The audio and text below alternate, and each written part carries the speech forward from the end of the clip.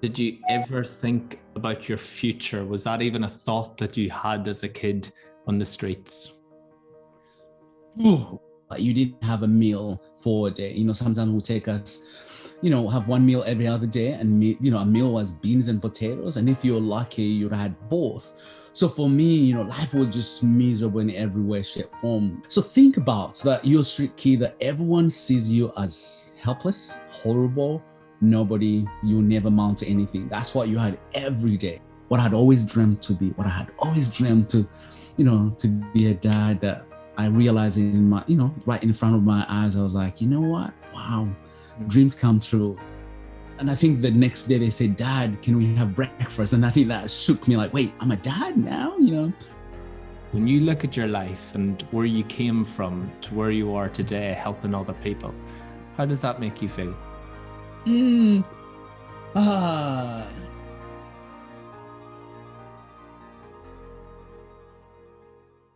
You were born in Kabale in Uganda.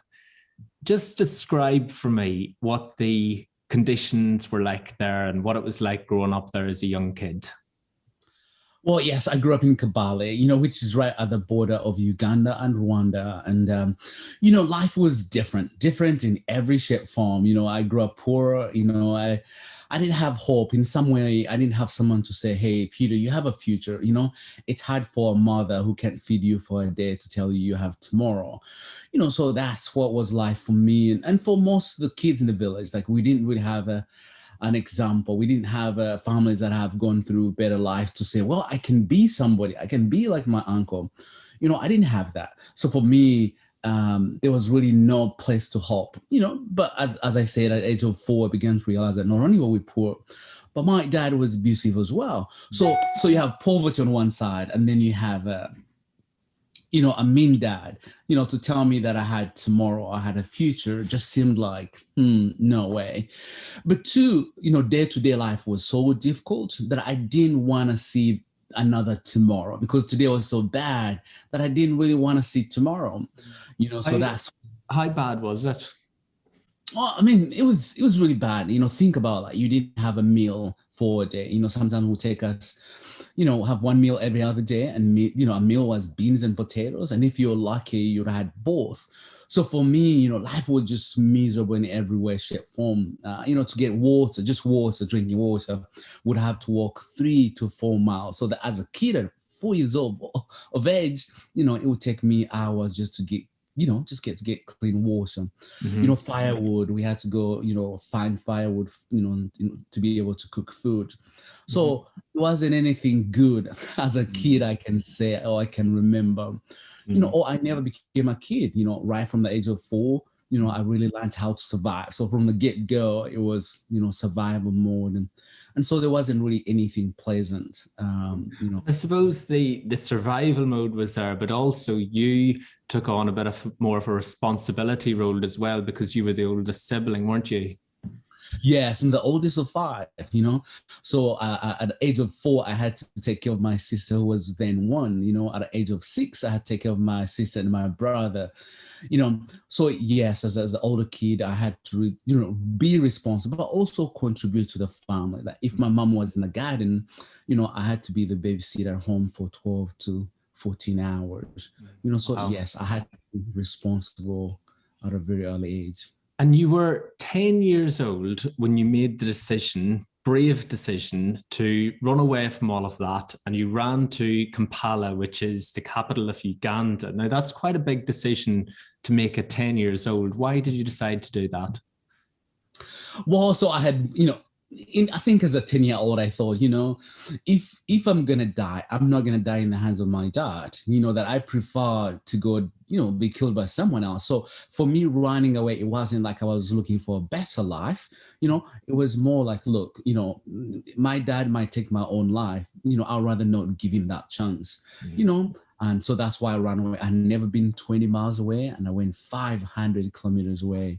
To Kampala, so in some way I wasn't looking for a better life. I was just running away from one person who should be, my protector, my provider. What was life like in Kampala? Because you stayed there for about 4 years, didn't you?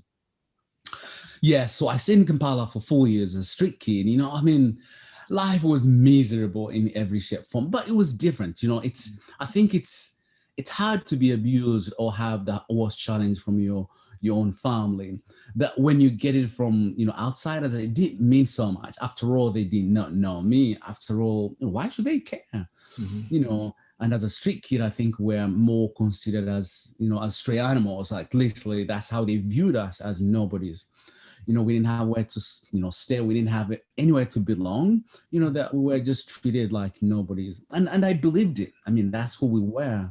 That somehow the difficulties of life made you believe in the lies of what you're told or how others saw you. Mm-hmm. And when you say you and the other street kids, did you all group together and stay together, sleep together, eat together? How did that work? Well, there were more than 500, kids on the streets, so we found a group, where it was easier to always be with each other. We protect each other. We all came from the same hard background. So we kind of knew how to survive. And it was easier as well that if we wanted food or if we wanted to steal food, we did it together. We stayed together, so we had a strategy as well. If I take potatoes, you steal bananas. If the next one steals a fruit, so then at the end of the day, we'll gather all what we have and then eat as a team or eat as a family. That's what we call ourselves. And that's how we survived, But also sometimes, the police or the military will come to gather the kids. We knew how to warn each other. We knew who was in trouble, and we protected each other since we didn't have anyone in our lives to protect us. So, that became our family, and we became more like there for one another. Was it day to day that you thought, or did you ever think about your future? Was that even a thought that you had as a kid on the streets?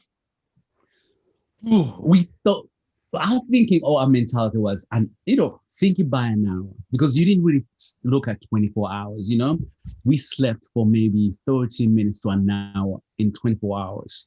So for us, nights were more dangerous than day, so we couldn't sleep. Mm-hmm. So for us, we counted hours. How do I go for the next hour? How do I navigate the next hour? That we really didn't think in the daily or nightly, because dangers were anytime. Someone could throw acid on you. You could sleep under the car and the car could run over you. You could anything could happen anytime. So you learn how to be alert, but also learn the system in some way that you had to think in hours. Like you didn't think about a day. And that was our lives. It was easier that way too, because you think about there's nothing in life you have to protect. There's nothing in life you're looking for. That in some way you live literally just hour by hour, because the next hour is different from the hour before, so that became the life of every street kid in Kampala. Tell me about Mr. Maziko. Well, so think about that you're a street kid, that everyone sees you as helpless, horrible, nobody, you never amount to anything. That's what you had every day, For 4 years, no one had ever asked me my name at all. Nobody that I can recall someone saying, "Hey, what's your name?" But this man just asked me, what's your name? And that's what struck me, that for the first time in life, that there was someone who wanted to know me by name.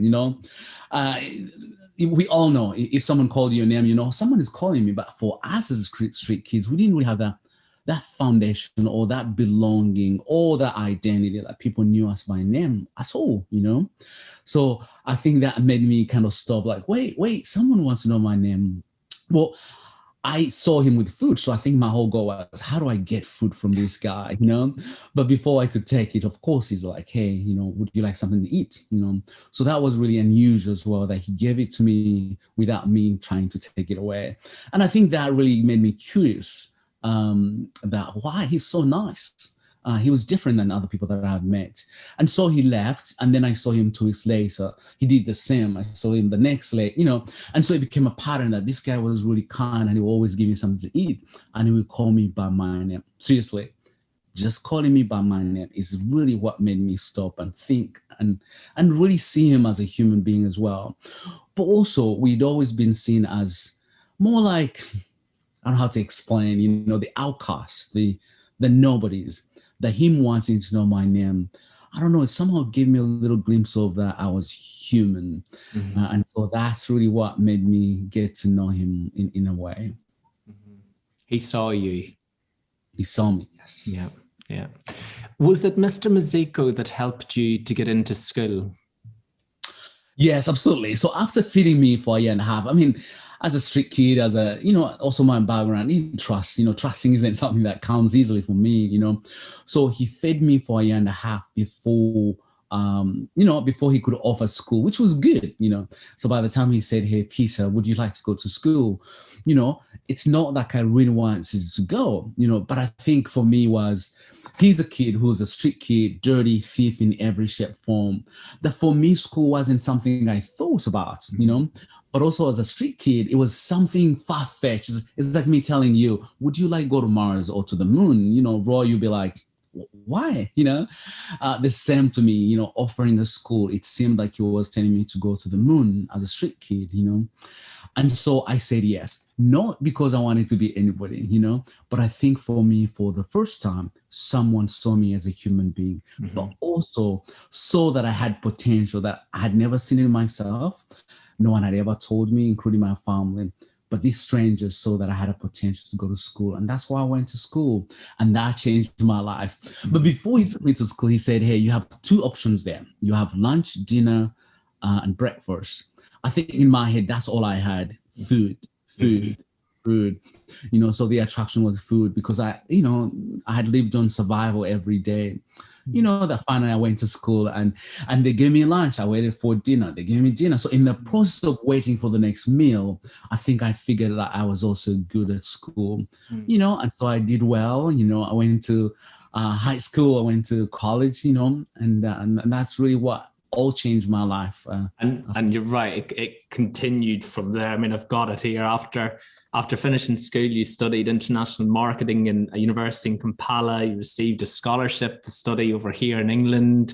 You then worked in Switzerland. You later received another scholarship to Master's College in California, which is sort of how it led you to living in the States full time. So it was just a snowball effect, really. Was it education and was it being in education that started to give you hope for the future? Oh, yes, absolutely. In Uganda, we are British colony, so we value education. Education is key, but also we know it's the only thing you can give to the child that nobody can take away, but also that can equip him to do whatever he wants to do in the future. With very few opportunities in Africa, especially in Uganda, without education, you can't really make it anywhere. So for me, once they gave me the opportunity to go to school, I also began to dream because you have other kids in school who wanted to be doctors, who want to be teachers, and then that really helped me to see like, wait, there's more in future than I thought, and I think that gave me the glimpse that I will make it in life and that I will do well. But having a family that trusted me, having a family that believed in me and invested in me, I think that too really helped me because I think I idolized him so much that I wanted to be like him. So since he went to school, I wanted to go to school. Since he really did well in life, I wanted to do well. So I had now an example, something that I can, a standard to look at that he showed me. But for sure, yes, without education, I would not have made it anywhere. And that's something he knew he'd give me that somehow will take me for the rest of my life. And truly, it has taken me. And you said there that it allowed you to start to dream and to see a future for yourself. What was the dream when you were dreaming? I wanted to be like him, he cared for the kids and he really loved his family. For the very first time, I just didn't know what family was. But seeing him, after 6 months at school, he said, you can join our family. So during holidays, I would go to his family and I began to see a dad that loves his kids, kids that are going to school, that will smile and laugh and play games. I was like, you know what? I want that, So I began to dream really to have in some way, an opportunity to change lives for others as well. But also that maybe I'll change my own family. So those were dreams that I didn't see, I didn't hope for, that I think I began to say, you know what, I can change other people's lives as well. That's really what inspired me to do better in life. And dreams have come true. Let's sort of fast forward here to 2017. This is when you're happily settled in America. You're a single man. You've got a beautiful home that you've built for yourself now. How did fostering come around for you? So again, due to what this man had done for me, he worked for Compassion International and World Vision, so he was always an advocate for kids. So once I came to United States, I knew like, hey, my goal, my set is to give back, to be an advocate for kids in developing worlds. And so I worked for Compassion and World Vision, but also I got to know the needs of kids in the United States. I think I was struck to see the wealth, but also to really see that there were kids who had nowhere to go, had no homes. And those two, I could not understand how a country can have so much, but yet have kids who have no place to be. And I thought, you know what? Now that I have an extra bedroom, I would truly want to help a kid. And at first, I didn't know that they will allow me because I thought, you have to be married or you have to be a single female. Male didn't have an opportunity. So I went in wanting to be a mentor, that I wanted to mentor teenagers. And the social worker said, hey, but have you ever thought of being a foster? I was like, well, I don't qualify. And she's like, no, you do.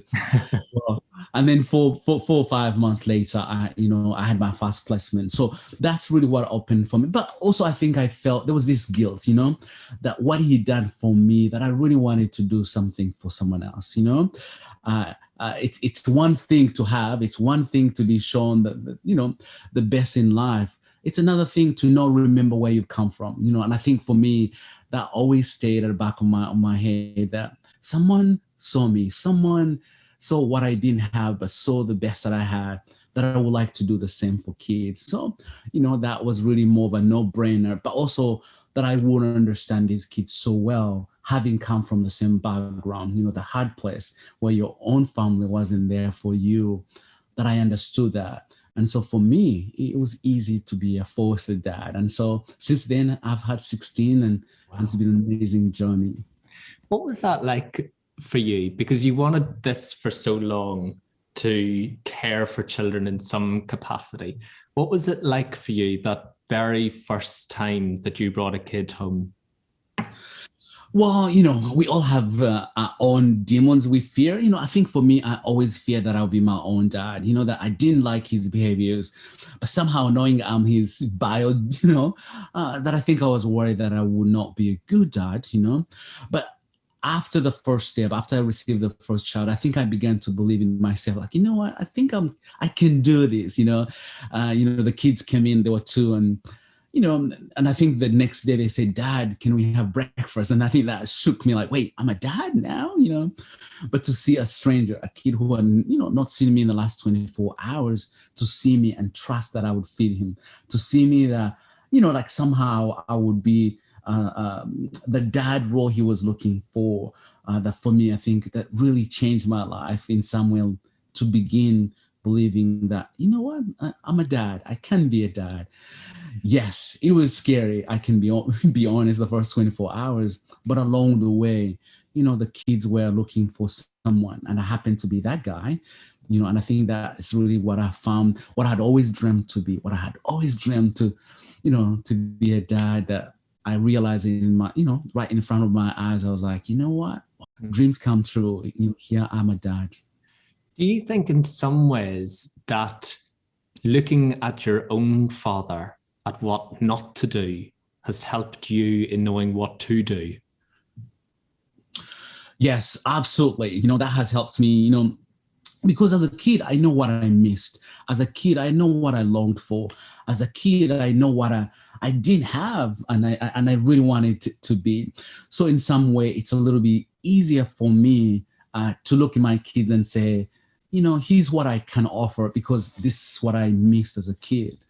And that really has helped me, to do the best I can. I'm not the best dad, I can assure you, but at least, in a way I parent, to look back and say, what did I miss? What did I long for? I never had an opportunity to be a kid. And so our kids in the foster care, that they move you from home to home, that you lose your your parents, that sometimes you can lose your identity. You know, you can lose, you know, who you were as a kid. And that's what I missed as well. But I want to make sure that they have that identity to give them back their childhood, you know? Tell me about Anthony and how he came into your life. Anthony, whew, my little boy.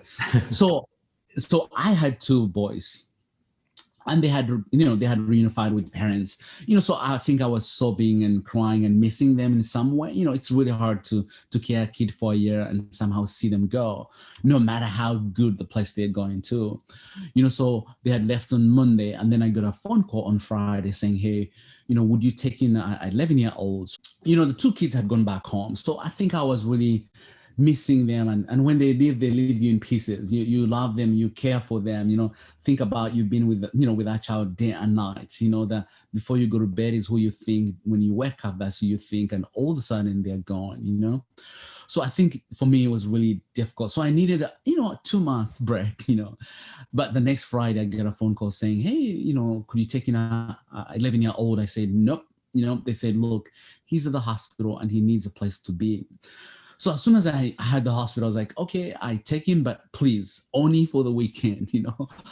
So I agreed. As soon as he walked in, you know, I don't know, 20 minutes later, I said, you can call me Mr. Peter. And he looked at me, he said, hey, but can I call you Dad? I was like, oh, you know. I think that really touched me, that a kid can walk in and 20 minutes later sees me as a dad, and you know, and I said, no, that's not appropriate because you're leaving on Monday, you know. And I had refused to ask why he was, you know, why he had been put in the foster care, because I didn't want to be attached, you know, until Monday when they came to pick him up. That's when I asked, I said, hey, so why is he in the system, you know, and having been told that he'd been left at the hospital by the family who had adopted him, you know, for 8 years. And I was, you know, I just could not understand that. But I think it also took me back to my own life. Like I can remember, you know, when I ran away at the age of 10, not knowing where to go, not knowing what a future was for me, that I think he, you know, I felt where he was, and I said, you know, there's no way I can let him just go to group home. And so I told the social worker that I would like to take him. How did it feel in November 2019 when you officially became legally his dad?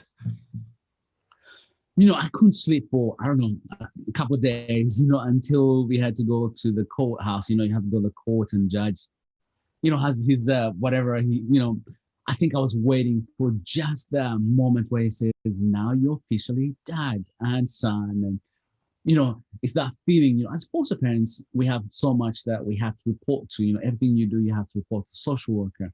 They check on you, you know, in some way you're a parent, but, you know, there's so many people that you have to report to know that I didn't have to do that, that I had the right to travel with my kid in the way I wanted, that I had the right to give him the name he wanted.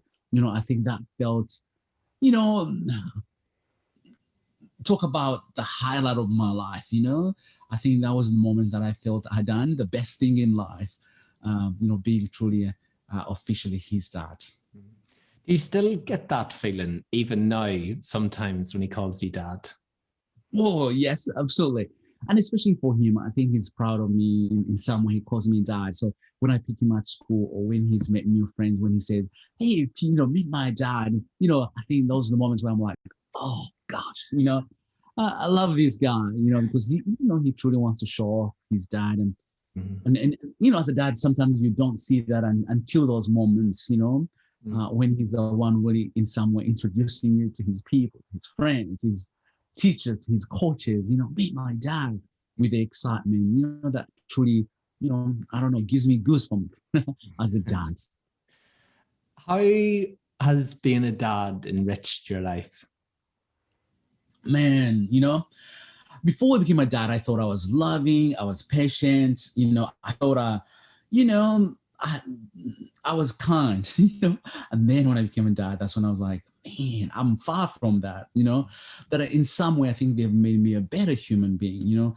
They've really helped me heal as well, to look in my own life and see areas and parts that I had not healed, that they have helped me to heal, you know, on how I deal with anger, on how I deal with issues, on how I deal with distrust.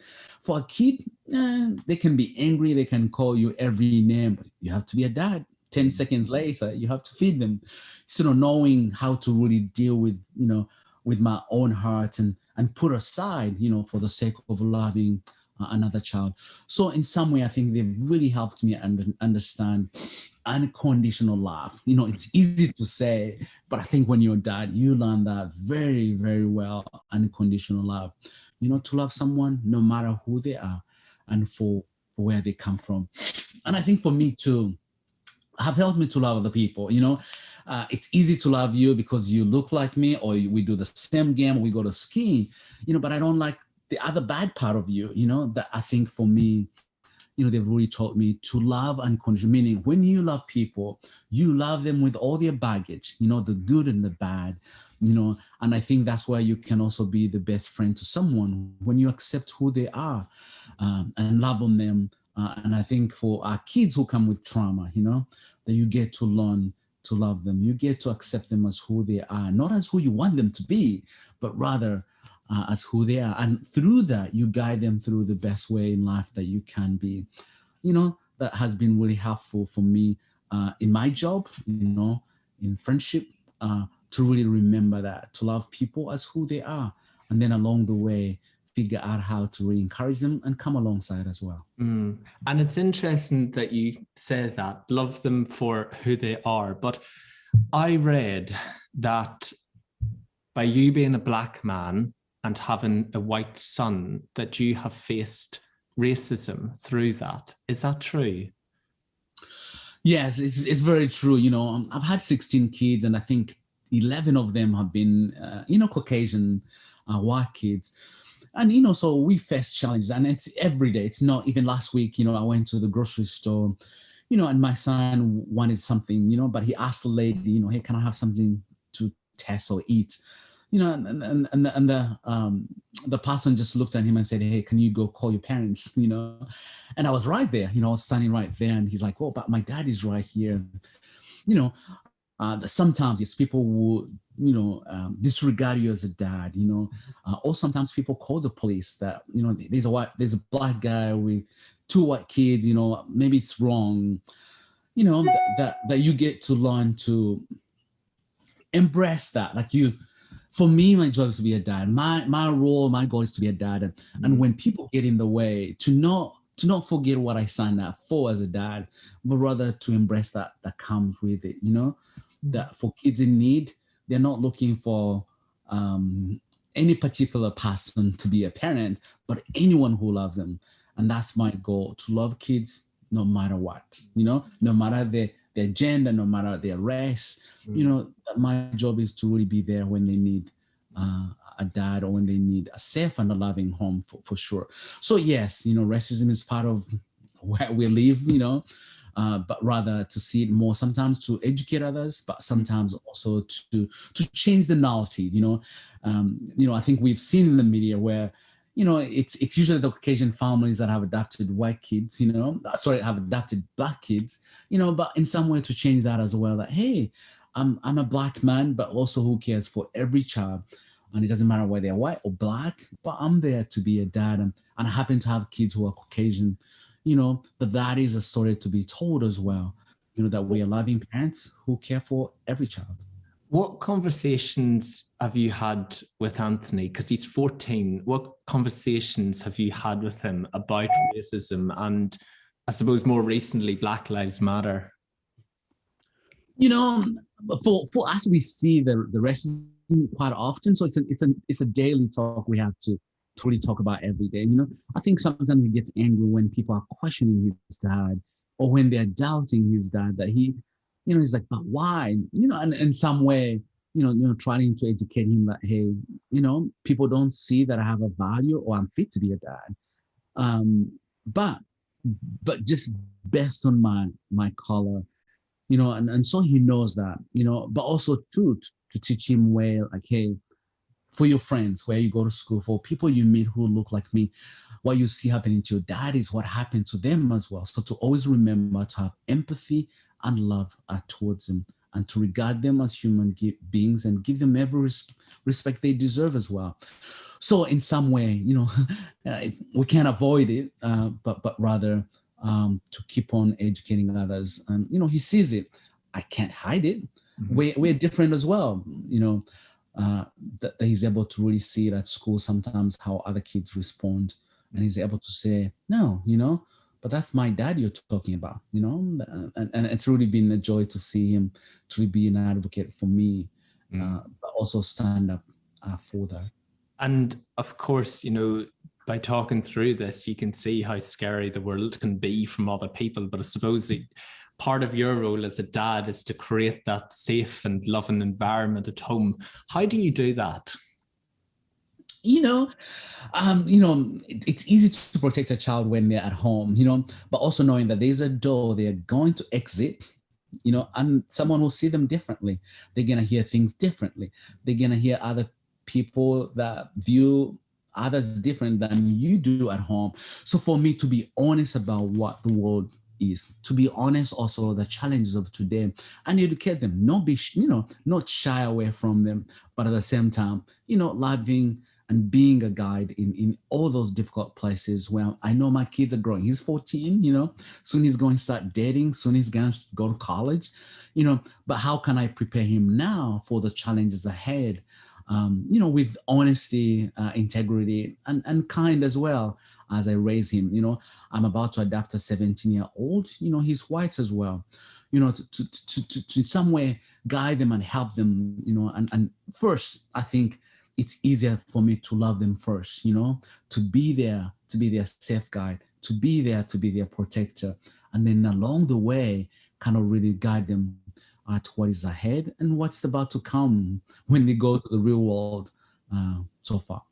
Tell me about the work that you're doing with your organization, Now I Am Known. So now I'm known. So when the foster family, the family that adopted me in Africa, so for the first time, I had never had words of affirmation. I think I'll never amount to anything. I was nobody. I was useless. That's what I had from my dad, but also that's what I had on the streets of Kampala, But when this man took me in his family, he began to use words of affirmation saying, Peter, you matter, you're special. I can recall to this day, he asked me to sit in front of the car, in the front seat. So I have always thought like I don't deserve to sit in front because it's for people who are important. So I hesitated.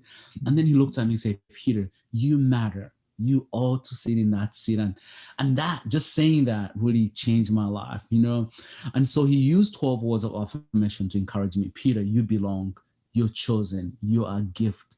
You belong. You're not alone, And I think those began to really, in some way, help me see who I was as a kid who mattered, a kid who was hard and seen. And so I chose that if one day I become a foster dad or a parent or that I'll use those words as well. And so we began using words of affirmation with my first kid. And I wrote them on a piece of paper on the fridge and on a steering wheel to always remember to affirm them. And then once we got a dog, I created the 12 words of affirmation on a bandana. And our dog Simba wears the bandana with 12 words.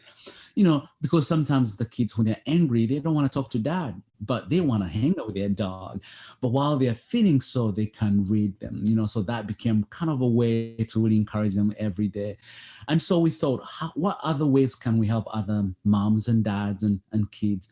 So we created a duplicate of a plushie, Simba, Simba, he's our dog, he's a golden doodle. Uh-huh. I created a plushie seat. I love it. It's great. Exactly. So it has those words, 12 words of affirmation. So kids can have them when they're at home, Also, they get to get a bandana, a bandana with 12 words of affirmation on it, Fantastic. Exactly. So they can know that they belong, that they're hard. So we sell one and then we give one to kids in the foster care, or we give them to kids in the hospital, that are terminally sick. Usually they are at the hospital and they stay there for months and months. And so we're partnering with the charities that really provide, toys to the kids so they can help them. But in some way to tell them that you are hard, you're seen sometimes when you don't feel like so, when the world is really turning against you, moving from one home to the other, to say you matter, you're a gift for us. And you're not alone as well, to encourage them.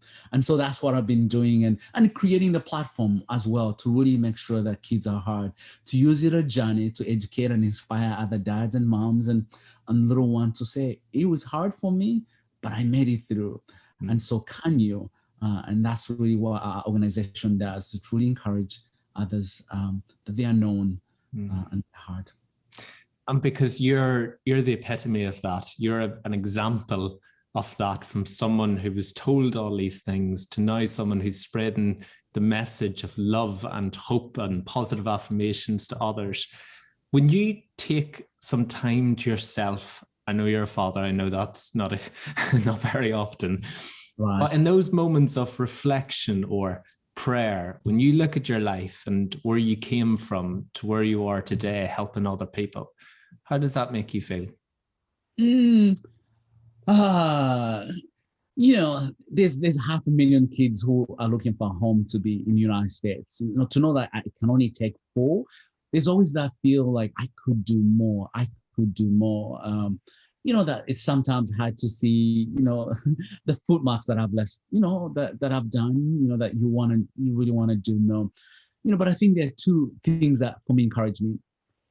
You know, that too much is given, much is required. Like, I feel I was given so much that by giving a little bit more, or by helping others, that I feel that I'm accountable for what I was given. You know, I also love the story of Joseph. You know, I remember he was sold by his brothers, but then when they met him and they were angry and scared that, wait, you're gonna kill us, he said, no, what you meant for evil, somehow God meant it for good. That, for me, that's kind of how I view my life. That yes, it was really difficult. Yes, it was the worst you could think of, that I would never desire for any child to go through, but somehow that has enabled me to have empathy, to have love and desire to help others. So in some way, to look back and say, you know, it was worth a journey, rather than see it as a negative, but see it as a positive for sure.